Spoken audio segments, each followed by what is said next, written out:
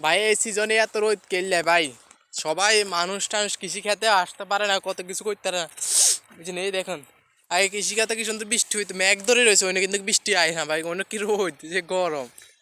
আর দেখুন এই ভাই সবাই শ্বাস করছে,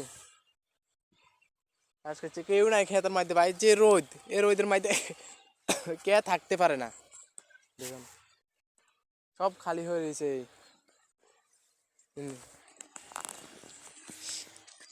আর আমি এখান থেকে চলে যাচ্ছি আমাদের বাড়ির দিকে, দেখুন এই আমাদের বাড়ি এদিকে,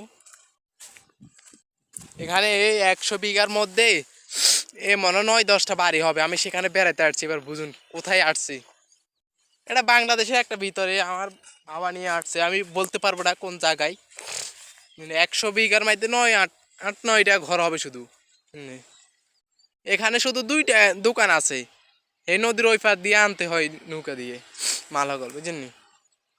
আর এখানে সবাই ভাত খায়, আর কোনো খানা টানা নাই এগুলি।